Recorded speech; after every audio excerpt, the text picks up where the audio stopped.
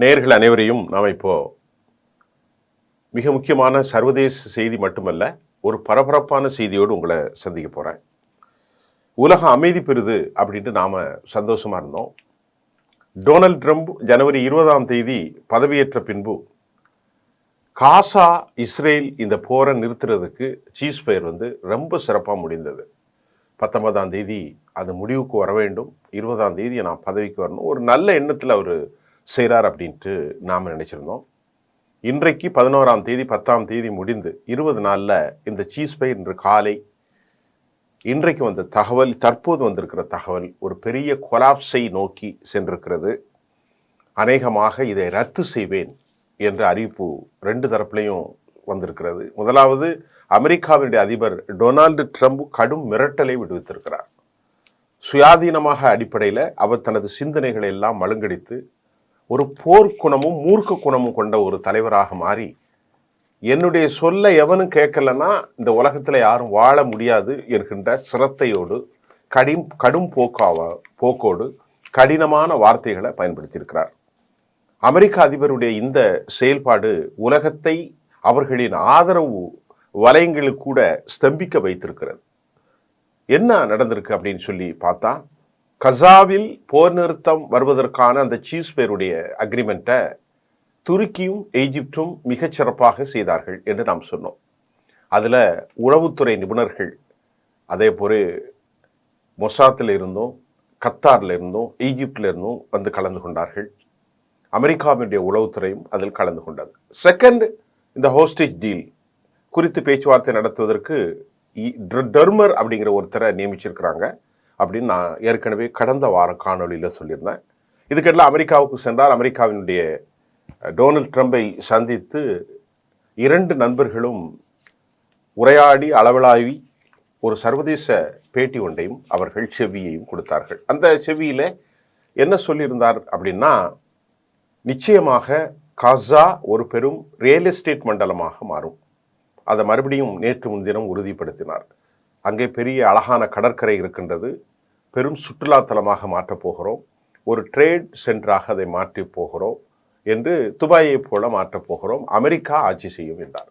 இதுக்கிடையில் Marco Rubio, அமெரிக்காவினுடைய external affairs, நாங்கள் அமெரிக்க படைகள் எல்லாம் அங்கே செல்லாது என்று சில நாட்களுக்கு முன்பு ஒரு கருத்தை தெரிவித்திருந்தார். ஆனால் டொனால்ட் ட்ரம்ப் அதற்கு முன்பு அமெரிக்க படைகள் அங்கே மையம் கொள்ளும் என்றும் 100 பேர் அவங்க ரெக்ரூட் பண்ணி ஒருவருக்கு $1000 சம்பளமும் $10,000 அட்வான்ஸ் கொடுப்பதாகவும் செய்திகள் வந்திருந்தது. இதற்கிடையிலே அமெரிக்கா அதிபருடைய அந்த பேட்டியினூடே நெத்தன்யாகு அமர்ந்திருந்தார். அந்த பேட்டியிலே அவர் சொன்னார், ஜோர்டானுக்கு நாங்கள் நிறைய உதவி செய்திருக்கிறோம், ஈஜிப்டுக்கு சிசியுக்கும் நிறைய உதவி செய்திருக்கிறோம், அவங்க அதெல்லாம் மதித்து இந்த ரெஃப்யூஜிஸை ஏற்றுக்கொள்ள வேண்டும் என்று சொல்லியிருந்தார். அது நம்ம ஏற்கனவே பழைய செய்தி தான். இப்பொழுது அந்த செய்தியை கேள்விப்பட்ட மாத்திரத்தில் உலகம் முழுவதும் எதிர்ப்பு தெரிவித்தது. ஒரு பெரிய அநியாயமான ஒரு கொடுமை.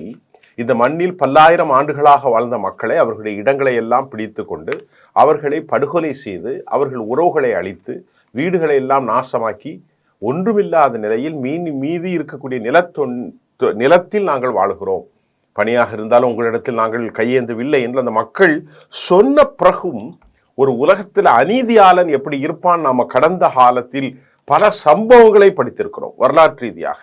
ஆனால் நேரடியாக இப்போ தான் அந்த 21ஆம் நூற்றாண்டுக்கு பின் நாம் இப்போ தான் பார்க்கக்கூடியதாக இருக்கிறது. ஒரு அநீதியாளர்கள் எப்படி இருப்பாங்கன்னு பெரிய ஆச்சரியமாக இருக்கிறது. அந்த வரலாற்றை நான் சுருக்கமாக இப்போ வரக்கூடிய இதை சொல்கிறேன்.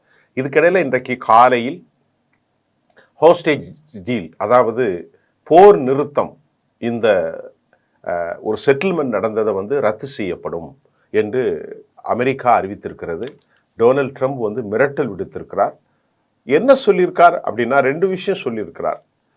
ஜோர்டானுக்கும் ஈஜிப்டுக்கும் நாங்கள் நிதியை அனுப்ப போவதில்லை, ரைட், அரபு நாடுகளுக்கு நான் உதவி செய்ய போவதில்லை. அதே போன்று ஹமாஸோடு ஒப்பந்தம் ரத்து செய்யப்படவில்லை என்று அறிவித்திருக்கிறார்கள். இன்று காலை சர்வதேச செய்திகள் சீஸ்ஃபயர் கொலாப்ஸ் அப்படிங்கிற தலைப்பில் ஒரு கேள்விக்குறியோடு செய்திகள் காலை 10 மணிக்கு வெளியாகி இருக்கிறது, அல்லது 8:30 மணிக்கு வெளியாகி இருக்கிறது. ஹமாஸ் என்ன சொல்றாங்கன்னா, இந்த சட்டத்திட்டத்தை அவர்கள் வயலேட் செய்கிறார்கள். நாங்கள் சொன்னபடி ஹோஸ்டேஜஸை கண்ணியத்தோடு வெளியே விட்டுருக்கோம். அவர்கள் பலஸ்தீன கைதிகளை 20 ஆண்டு கைதிகள் எப்படி அக்ரிமெண்ட்டில் இருந்துச்சோ அப்படி வெளியிடணும் அப்படின்ட்டு அவங்க சொல்கிறாங்க. குறிப்பிட்ட நாளில் வந்து நாங்கள் ரெடியாக இருந்தோம், எல்லாம் நல்ல முறையில் நடந்து கொண்டிருந்தோம். ஒரு அன்சர்டினிட்டி, இப்பொழுது ஒரு நிலையற்ற தன்மைக்கு இஸ்ரேல் இராணுவம் உருவாக்கியிருக்கிறது. அமெரிக்காவினுடைய பேச்சுக்கள் அப்படித்தான் இருக்கின்றது.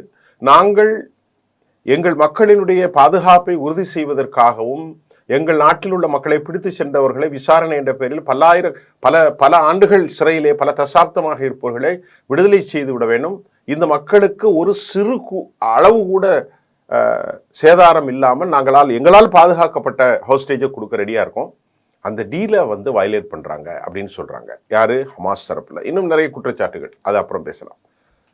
அதே சமயம் இன்று வந்திருக்கக்கூடிய செய்தியில் ரொம்ப அலர்ட்டாக இருங்க, அடுத்த கட்ட தாக்குதலுக்கு தயாராக இருக்கணும்னு சொல்லி இஸ்ரேல் கர்ட்ஸ் அவருடைய பாதுகாப்புத்துறை அமைச்சருடைய அறிக்கை பரபரப்பை ஏற்படுத்தி இருக்கிறது.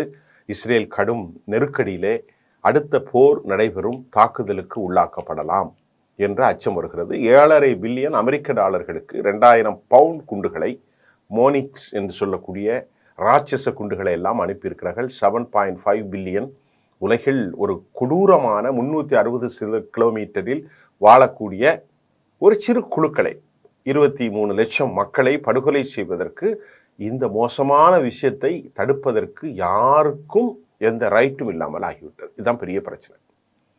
இது எவ்வளவு பெரிய அச்சத்தை ஏற்படுத்துன்னு எண்ணி பாருங்க.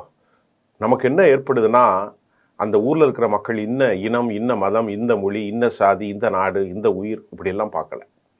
23 லட்சம் மக்கள் அடுத்து கொல்லப்படுவார்களோ, இதில் ஐயோ எத்தனை குழந்தைகள் மறிக்கப் போகிறார்கள் என்ற பதவதைப்பில் எங்களை போன்ற மனிதநேய ஆர்வலர்கள், உங்களை போன்ற எல்லோரும் நீங்கள் கவலையில் ஆழ்ந்திருக்கிறோம். அமெரிக்கா என்ன அடிப்படையில் சொந்த நாட்டு மக்களை வெளியேற வேண்டும் என்று கேட்கிறது. இதுக்கிடையில் சவுதி அரேபியாவினுடைய ஒரு ரியாக்ஷன் வந்து ரொம்ப ரொம்ப டாப் மோஸ்டாக இருந்துச்சு அப்படின்ட்டு சர்வதேச பாவனையாளர்கள் சொல்கிறார்கள். சவுதி அரேபியாவில் நிறைய லேண்ட் இருக்குது. சேனல் 14க்கு பேட்டி கொடுத்த பெஞ்சமின் நெத்தன்யாகு, உன் நாட்டில் எல்லாமே இருக்குது, நீ வழிபாட்டு தலங்கள், முஸ்லீம்கள் எல்லாமே அங்கே தான் இருக்கீங்க, மெக்கா இருக்குது, மதீனா இருக்குது, நிறைய லேண்ட் இருக்குது, இவர்களை அங்கே கொண்டு போய் வைங்க அப்படின்னு சவுதி அரேபியாவை இவங்க கேள்வி கேட்டாங்க. அதுக்கு சவுதி அரேபியாவினுடைய சார்பில் கடும் எதிர்ப்பு தெரிவிக்கப்பட்டிருக்கிறது.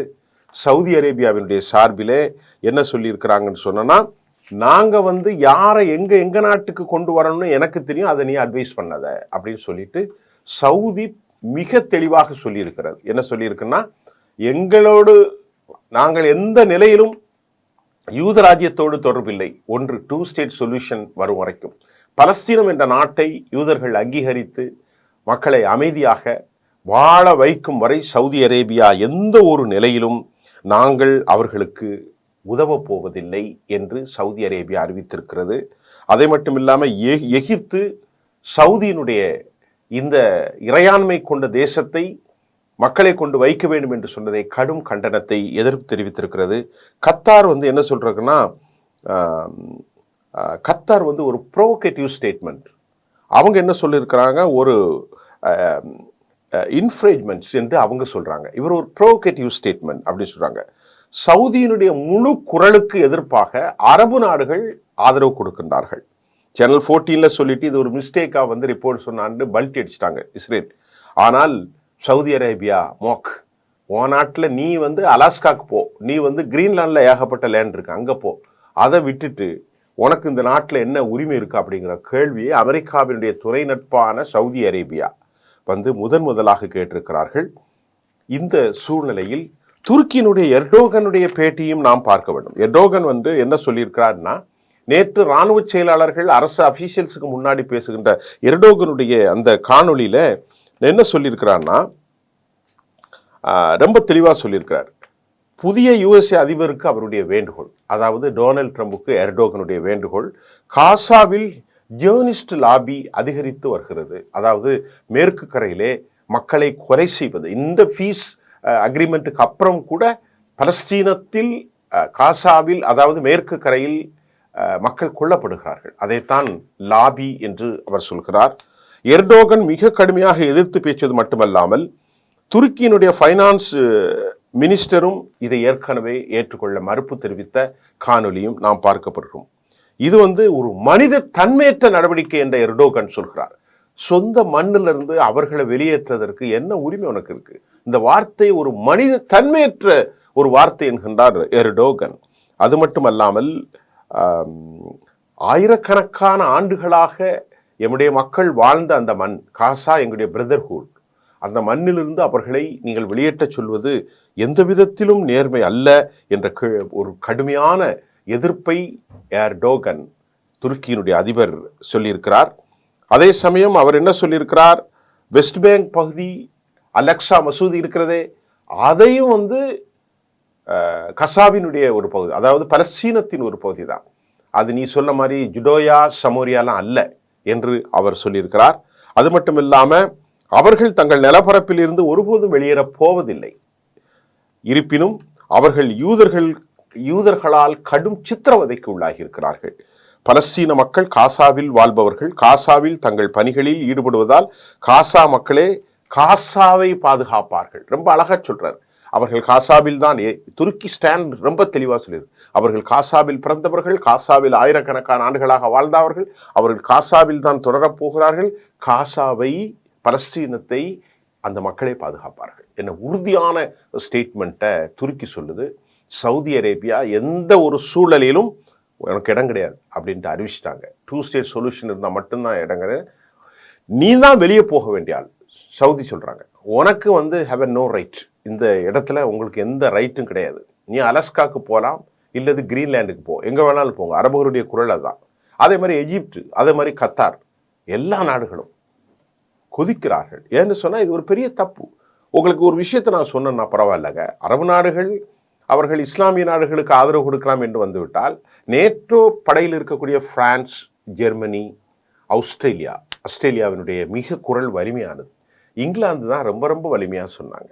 ஜெர்மன், எல்லா நாடுகளும் என்ன சொன்னாங்க? நான் சொல்ல பிரான்ஸ், ஜெர்மனி, ஆஸ்திரேலியா, இங்கிலாந்து, இதுக்கு மேலே ஒரு நாடு உங்களுக்கு தேவையில்லை நினைக்கிறேன். அமெரிக்காவினுடைய பாரிய அழுத்தத்தின் சக கூட்டாளியாக பயணிக்கக்கூடிய இந்த 4 தேசங்கள், யூரோப் நாடுகள் அனைத்தும் கடும் கண்டனத்தை டொனால்டு ட்ரம்புக்கு தெரிவிச்சிருக்கிறார்கள். இது எந்த விதத்திலும் நியாயம் இல்லை. பல்லாயிரக்கணக்கான ஆண்டுகளாக அந்த மண்ணில் இருக்கக்கூடிய இந்த மக்களை வெளியேற்ற சொல்வது எந்த விதத்திலும் நியாயம் இல்லை என்று அவர்கள் கடும் கண்டன குரலை எழுப்பியிருப்பதும் பார்க்கின்றோம். அரபுகளில் சவுதி அரேபியா, ஈஜிப்ட், சிசி, அது மட்டுமல்லாமல் கத்தார், ஜோர்டான், எல்லோருமே எதிர்க்கிறார்கள். எல்லோருமே எதிர்க்கக்கூடிய ஒரு சூழ்நிலையில் 78 வயதை தாண்டிய டொனால்டு ட்ரம்பு ஏதாவது சிகிச்சை எடுத்துக்கொள்ள வேண்டுமா என்ற குரல் இப்பொழுது எழுந்திருக்கிறது. இன்று காலை சீஸ்வேரை நாங்கள் பண்ண போகிறோம், உதவிகளை நிறுத்த போகிறோம் என்று சொல்லப்படுகிறது. இதுக்கிடையிலே சமாதானத்தை மேற்படுவதற்கு மார்க்கோ ரூபியோ அமெரிக்காவிலிருந்து இங்கே வரப்போகிறார். அவர் அவர் இஸ்ரேலுக்கும் சவுதி அரேபியா போன்ற நாடுகள் பயணம் மேற்கொள்ள போகிறார் என்ற செய்தி நமக்கு நேற்று வெளியாகி இருக்கிறது. இதுக்கிடையில் ஈரானுடைய அயதுல்லா கோமினி உடைய அந்த ஸ்டேட்மெண்ட் அமெரிக்காவை சற்று பதட்டத்தில் உள்ளாகி இருக்கிறது. கொமினியுடைய ஸ்டேட்மெண்ட் என்ன சொல்றாருன்னா, அக்கார்டிங்லி, அதாவது இஸ்லாமிக் பெர்செப்ஷன் அடிப்படையில் நாங்கள் யாரையும் தாக்குதலை நடத்த மாட்டோம், அதே போன்று எங்களை தாக்குதல் அவர்கள் நடத்தினால் அவர்களுக்கு பலிக்கு பலி நாங்கள் கொடுப்போம் என்று சிரியாவில், அதாவது ஈரானுடைய ஷியாத் பிரிவின் தலைவை, வலிமையான சுப்ரீம் லீடர் கோமினியுடைய ஸ்டேட்மெண்ட் அமெரிக்காவை பதட்டத்தில் இருக்கின்றது. அதாவது கொமினியுடைய என்ன சொல்றதா, குரானுடைய வழிகாட்டுதலுக்குள் நாங்கள் மிரட்டப்பட யாரையும் எங்களை மிரட்டுவதற்கு ஒருபோதும் அனுமதிக்க மாட்டோம். ஆனால் மிரட்டினால் அதே மிரட்டல் அடிப்படையில் ஈரான் வலிமையாக பதிலடி கொடுப்பதற்கு தயாராக இருக்கிறது. அதே சமயம் நியூயார்க் போஸ்ட்டுக்கு டொனால்டு ட்ரம்ப் அளித்த பேட்டியில் ஈரான் ஓப்பனாக பேச்சுவார்த்தை நடத்த வந்தால் நியூக்ளியர் விஷயத்தில் நாங்கள் பேச்சுவார்த்தை நடத்துவதற்கு கதவுகளை திறந்திருக்கிறோம், அவர்கள் இஸ்ரேலோடு பேச்சுவார்த்தை நடத்த வேண்டும், இஸ்ரேல் அவர்களுக்கு எல்லாம் கொடுக்கும் என்று டொனால்டு ட்ரம்ப் சொல்லுகிறார். நான் நியூக்ளியர் டீல் கொண்டு வருவதற்கு பேச்சுவார்த்தை விருப்பம், இதில் விடுதலையாகலாம், யாரும் சாக வேண்டியது இல்லை, இஸ்ரேல் தாக்க வேண்டியதில்லை என்ற கருத்தையும் அவர் வைத்திருக்கிறார். அதாவது இஸ்ரேலை தாக்குவதற்காக அவர் என்ன சொல்றாருன்னா, எங்களுடைய ப்ராக்சி தான், எங்களுடைய மனசாட்சி தான் இஸ்ரேல், உனக்கு என்ன வேணாலும் இஸ்ரேல்கிட்ட பேசு, இஸ்ரேலை நீ தாக்காத, அவன் ஒன்றும் தாக்க மாட்டான். நியூக்ளியர் விஷயத்தில் நம்ம பேசிக்கலாம், மற்ற விவகாரங்கள்லாம் நமக்கு பிரச்சனை இல்லை அப்படின்ட்டு அமெரிக்கா கோமினினுடைய மிரட்டலுக்கு பின்பு இறங்கி வந்திருக்கிற செய்தியும் நான் இங்கே உங்களுக்கு சொல்லியிருக்கிறேன். இந்த ஒரு பதட்டமான சூழ்நிலையில் இன்றைக்கு துருக்கியினுடைய நேற்று முன்தினம் ஸ்பைஸ் இப்ராஹிம் துருக்கியினுடைய இன்டெலிஜென்ஸில் இருந்து மிக முக்கியமான, இதெல்லாம் ரொம்ப முக்கியமான விஷயம். சவுதி எதிர்ப்பது, ஈஜிப்ட் எதிர்த்திருக்கிறது, கத்தார் எதிர்த்திருக்கிறது, எல்லாமே அமெரிக்காவினுடைய நேச நாடுகள். ஜொர்டான், இவ எல்லாமே அமெரிக்காவினுடைய சக கூட்டாளிகள். அமெரிக்காவினுடைய மனசாட்சியாகத்தான் இதுவரை அடையாளம் காணப்பட்டார்கள். சிசி அமெரிக்கா, ஈஜிப்ட், சவுதி அரேபியாவுடைய Mohammed bin Salman, Jordan Abdullah, கத்தாருடைய அப்துல் ரஹ்மான் தானி, இவர்கள் அனைவருமே அமெரிக்காவினுடைய நண்பர்களாகத்தான் இருந்தார்கள். ஏற்கனவே இந்த ஸ்டேட்மெண்ட்டை சொன்னாங்க, நல்ல விஷயத்துக்கு டுகெதர் வித் யுஎஸ்ஏ, யாரு, கத்தார், இப்பொழுது மோசமான விஷயங்களுக்கு நாங்கள் சேரமாட்டோம் என்று அறிவிப்பு செய்திருக்கிறார்கள். அதே சமயம் இங்கே பார்த்தால் துருக்கி அமெரிக்காவோடு இருந்தது, ஆனால் இப்பொழுது இல்லை. ஆக துருக்கியினுடைய இன்டெலிஜென்ஸ் ஸ்பை சீஃப் இப்ராஹிம் காலின் எங்கு சென்றிருக்காருன்னு சொன்னால் ஈரானுக்கு சென்று ஈரானுடைய அதாவது பிப்ரவரி 8 ஒரு பேச்சுவார்த்தை ரகசியமாக நடந்திருக்கிறது. பிப்ரவரி 8 ஈரானுக்கு சென்ற இப்ராஹிம் காலின் ஈரானுடைய புலனாய்வுத்துறை தலைவரோடு பேச்சுவார்த்தை நடத்தியிருக்கிறார். அந்த பேச்சுவார்த்தையில் சிரியாவுடைய விவகாரத்தையும் பலஸ்தீன கஸா விவகாரத்திலும் நடந்து கொள்ளக்கூடிய முறைகளை குறித்து ரொம்ப ஒரு comprehensive talk had been done, முடிந்திருப்பதாகவும் கூட சர்வதேச நாளிதழ்கள் செய்திகளை வெளியிட்டிருக்கிறது. அமெரிக்கா விடுவித்த மிரட்டல் ஈரானுக்கு இந்த பிராந்தியத்தில் விடுத்துள்ள நிலையில் துருக்கி ஈரான் சந்திப்பு மிக மிக மிக மிக மிக ஒரு முக்கியமான ஒரு விவகாரமாக நாம் இங்கே பார்க்கக்கூடியதாக இருக்கின்றது. இதுக்கிடையில் ஒரே ஒரு விஷயத்தை சொல்லி நம்ம முடிச்சிடலாம். அதாவது அமெரிக்கா இந்த மிரட்டல் அவர்கள் ஒருபோதும் வெற்றி பெறப்போவதில்லை.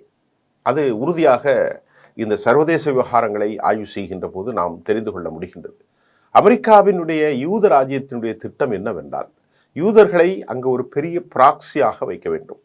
தி கிரேட் சியோனிச சித்தாந்தத்திற்கு உட்பட்ட நாடுகள், அகன்ற யூத நாடு, சியோனிசம் நாடு என்ற அடிப்படையில் அவர்களுடைய அடுத்தடுத்த கட்டத்தில் அவர்கள் சிரியாவை ஆட்கொள்வதற்கும், அதே போன்று எல்லா நாடுகள், ஈஜிப்டினுடைய சில பகுதிகள், ஜொர்டானுடைய பகுதிகள் எல்லாவற்றையும் அவர்கள் பிடிப்பதற்கான நீண்டகால திட்டத்தில் தான் இது நடக்கப் போகின்றது. இதற்கிடையில் பெஞ்சமின் நெதன்யாகு தோல்வி அடைந்து விட்டதாக யாயிட் லாபிட் ஒரு கருத்தை தெரிவித்திருக்கிறார். மட்டுமல்ல, அவருடைய கடும்போக்கு மோசமான ஒரு ஆளாக இருக்கக்கூடிய இத்தாமிர் பென்கவீர் பெஞ்சமின் நெதன்யாகு தோல்வி அடைந்திருக்கிறார், அவருடைய நடவடிக்கைகள் மிக மோசமான ஒன்றாக இருக்கின்றது என்ற ஒரு சியோனிச தத்துவத்தின் தலைவனாக இருக்கக்கூடிய, கடும் தீவிரவாத கொள்கை கொண்டிருக்கக்கூடிய இத்தாமர் பென்கவீர் அவருடைய கூட்டாளியான நண்பனான பெஞ்சமின் நெதன்யாகை காரி உமிழ்ந்திருக்கிறார். அவர் என்ன சொல்றாருன்னா, இத்தாமர் பென்கவீர் எவ்வளோ மோசமான ஆள்னு பாருங்க. உணவுகள், வண்டிகள் உள்ளே செல்வதை தடை செய்திருக்க வேண்டும், ஏன் அனுமதித்தார்? ஏன் இந்த சீஸ் பயிருக்கு ஒப்புக்கொண்டார்? முழுமையாக காசாவை அழித்து, மக்களை அழித்து அது யூத நாடாக ஆக்குவதற்கு தோல்வி அடைந்திருக்கிறார் என்று எவ்வளோ மோசமான கருத்து பாருங்க. இவங்கள்ட்டெல்லாம் இருந்து என்ன நியாயத்தை நாம் எதிர்பார்க்க முடியும்? மக்களுக்கு உணவு கொடுக்காமல் ஒரு நாளைக்கு 600 ட்ரக்கு போகிறதை நிறுத்தணும், மக்களை படுகொலை செய்ய வேண்டும், போரை தொடர வேண்டும். இந்த நடவடிக்கையில் தோல்வி கண்டு விட்டார். கெப்டிவ்ஸ், அதாவது ஹோஸ்டேஜஸ் அவங்க திருப்பி கொண்டு வரல. தனது பிரதமராக ஏற்றுக்கொண்டிருக்கக்கூடிய தனது அமைச்சரவையின் பங்காளியாக இருக்கும் இத்தாமிர் பென்கவீர் பாதுகாப்பு அமைச்சராக இருந்தார். இப்பொழுது அவர் வெளியே வந்துட்டு சொல்றாரு, இந்த போரில் நெதன்யாகு தோல்வி அடைந்திருக்கிறார் என்று காரி உமிழ்கிறார். இவ்வளவு மோசமான ஆட்களா? அதே மாதிரி ஸ்மோட்ரிச் அதே கருத்தை தான் சொல்கிறார். ஸ்மோட்ரிச்சினுடைய கருத்து ரொம்ப மோசமாக இருக்கிறது. 2 பேரும் பலஸ்தீனத்தை அழித்து, பலஸ்தீனத்தை தரைமட்டமாக்கி, பலஸ்தீனத்தை உணவுகள் கொடுக்காமல், இவர் தான் சொன்னார், ஃபைனான்ஸ் மினிஸ்டர் இப்பொழுதும் தொடர்றார், யூதர் அந்த மக்களை அழித்து விட வேண்டும், நாசமாக ஆக்கி யூத ராஜ்யத்தை அங்கே கொண்டு வர வேண்டும், ஜுடையா என்று பெயர் மாற்ற வேண்டும், சமோரியா என்று பெயர் மாற்ற வேண்டும், பைபிளில் இருக்கிற மாதிரி கொண்டு வர வேண்டும் என்றெல்லாம் அவர்கள் சொல்லி, இவ்வளவு மோசமான யூதர்களை நீங்கள் புரிந்து கொள்ளுங்கள். ஒன்றே ஒன்று சொல்கின்றேன், இந்த மண் அவர்களுக்கானது அல்ல. பிப்ளிக்கல் ஸ்டேட்மெண்ட் பைபிளில் 2000 ஆண்டுகளுக்கு முன்பு இங்கே அவர்கள் இருந்ததாக சொல்லப்படுகின்றது. உண்மையிலேயே இவர்களுடைய மண் ஈஜிப்ட் என்று சொல்லப்படுகிறது, ஈராக் என்று சொல்லப்படுகின்றது. எங்கிருந்தாலும் சரி, அன்றைக்கு மோசே தீர்க்கதரிசி ஃபாரோனிடத்தில் அநீதியை எதிர்ப்பதற்காக, அதாவது பைபிளை சொல்கிறேன், அவர்கள் ஆண் பிள்ளைகளை படுகொலை செய்தார்கள். இந்த சம்பவத்தினுடைய வரலாறாக கானான் தேசத்துக்கு பிராமிஸ்ட் லேண்ட், இன்றைக்கு இருக்கக்கூடிய பெலிஸ்தியர்கள் பகுதி தான் கானான் தேசம் என்று அழைக்கப்படுகிற யூதா. இங்கே அவர்களை மோசே கொண்டு வந்தார். அதற்கு பின்பு 2000 வருஷமாக அவர்கள் உலகம் முழுவதும் சிதறி போய்விட்டார்கள். அதற்கு முன்பு அசிரியர்கள் இருந்தார்கள், பாபிலோனியர்கள் இருந்தார்கள், பிலிஸ்தானியர்கள் இருந்தார்கள், அரபு படையெடுப்புகள் வந்தார்கள். பிலிஸ்தான் என்று சொல்லக்கூடிய பலஸ்தீனர்கள் இஸ்லாத்தை தங்களுடைய வாழ்வியல் நெறிமுறையாக ஏற்றுக்கொண்டார்கள். பல ஆயிரம் ஆண்டுகளாக அரபுகள் வாழ்ந்திருக்கிற இந்த பகுதியை ஜெர்மனுடைய ஹிட்லருடைய நாஜிசம் படுகொலை செய்த பின்பு இவர்களின் மீது ஒரு சிம்பத்தி வேவ் உருவானது. ஆகவே இவர்களுக்கு ஒரு நாடு உருவாக வேண்டும் என்று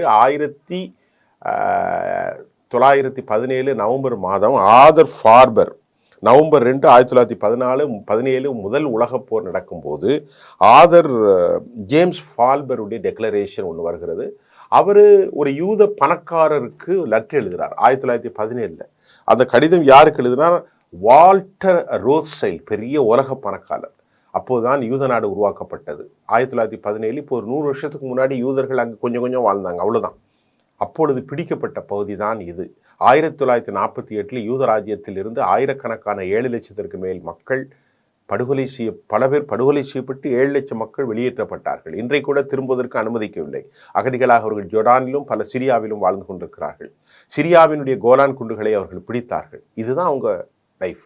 அப்போ அன்றைக்கே வாழ்ந்திருக்கக்கூடிய அரபுகளின் பகுதியைத்தான் இவர்கள் பிடித்துவிட்டு இன்னைக்கு இருக்கக்கூடிய ஹைஃபா, டெல் அவிவ், இன்று வடக்கு இஸ்ரேலுடைய பகுதி எல்லாம் செட்டிலர்ஸ், அவர்கள் ஆக்கிரமிப்பார்கள், ஆக்குபைட். அவர்கள் ஒரு இன்ஃபில்ட்ரேட் கம்யூனிட்டி, ஒரு இன்கர்ஷன், படையெடுப்பாளர்கள், செட்டிலர்ஸ். அவர்களுக்கு have a no right to live here.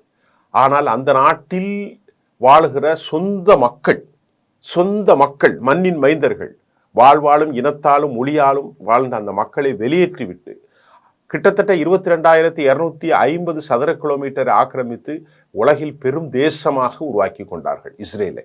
சரி, நாங்கள் இந்த ஒரு சின்ன துண்டில் 360 ஸ்கொயர் கிலோமீட்டர், அதனுடைய ஒட்டுமொத்த நீளம் நீங்கள் ஒவ்வொரு பகுதியும் பார்த்துருங்க. உங்கள் ஊரில் எங்கெல்லாம் பார்க்குறீங்களோ, நீங்கள் கனடாலேருந்து பார்க்கலாம் என் நிகழ்ச்சியை, ஸ்ரீலங்காலேருந்து பேசலாம், சிங்கப்பூர்லேருந்து பார்க்கலாம், கத்தார்லேருந்து பார்க்கலாம், சவுதியில் 40 கிலோமீட்டர் தாங்க ஒட்டுமொத்தமாக நீளம். தமிழ்நாட்டில் இருந்தால் உங்களுக்கு சொல்ல முடியும்.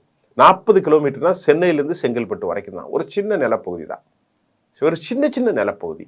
இந்த நிலப்பகுதி 40 கிலோமீட்டர் நீளமும் 10 கிலோமீட்டர் அகலமும் கொண்ட ஒரு 360 சதுர கிலோமீட்டர் உள்ளே அடக்கி இந்த பகுதியில் உள்ள ஒரு சின்ன நிலத்தை தான் அந்த மக்கள் வாழ்கிறார்கள். ஆனால் அவர்கள் தோல்வியினுடைய விளிம்பில் இன்னொரு செய்தியும் சொல்ல மறுத்திருக்கிறேன். நெட்ஸோரோம் பகுதியிலிருந்து அவர்கள் வெளியேறி இருக்கிறார்கள். பிலடெல்பியிலிருந்து வெளியேறப் போகிறார்களா என்பது தெரியவில்லை. நெட்ஸோரோம் காரிடர், அதாவது வடக்கு காசாவையும் தெற்கு காசாவையும் இடையிலே இருக்கக்கூடிய ஆயுத மண்டல அங்கே ஒரு பெரும் பஃபர் ஜோனாக உருவாக்கியிருந்தார்கள் யூத ராணுவம். அதிலிருந்து தோல்வி அடைந்த முகமாக முழுமையாக அவர்கள் அரைக்க பறைக்க என்று சொல்வதை போல மிக வேகமாக வெளியேறிய காட்சியும் நாம் சர்வதேச காணொலிகளிலே காண முடிந்தது. இப்பொழுது ஒரே கவலை, போர் தொடங்கப் போகிறதா? போர் தொடங்குவதற்கு என்ன நடக்கப் போகிறது? இதற்கிடையிலே லெபனானில் ஆயுதங்கள் வந்து கொண்டிருப்பதாக ஃப்ளைட் மூலம் வந்து கொண்டிருப்பதாக ஒரு தகவல் வந்திருக்கிறது. ஹிஸ்புல்லாவுடைய நடவடிக்கைகள் மௌனியாக இருக்கிறது. அவர்கள் வீறு கொண்டு எழுகப் போகிறார்களா? மேலும் அரபுகள் அனைவரும் இணைந்து வருங்காலத்தில் இப்படியே விட்டால் யூதர்களுடைய தாக்குதலுக்கு நமக்கும் ஆபத்து வரும் என்று எண்ணுகிறார் நேரத்தில் அரபுகளின் நிலைப்பாடு என்ன? சீஸ்ஃபயர் கொலாப்ஸ் அப்படின்னு சொன்னால் அது உண்மையிலே கொலாப்ஸ் ஆக போகிறதா? டொனால்ட் ட்ரம்ப் தோல்வி அடையத்தான் போகிறாரா? வாய் வார்த்தைகளால் உலகத்தினுடைய அமைதியை கெடுத்து கொண்டிருக்கும் இந்த வயதான மனிதருடைய நிலைப்பாடு என்ன? பொறுத்திருந்து பார்ப்போம். புதிய காணொலிகளோடு உங்களை நான் சந்திக்கின்றேன்.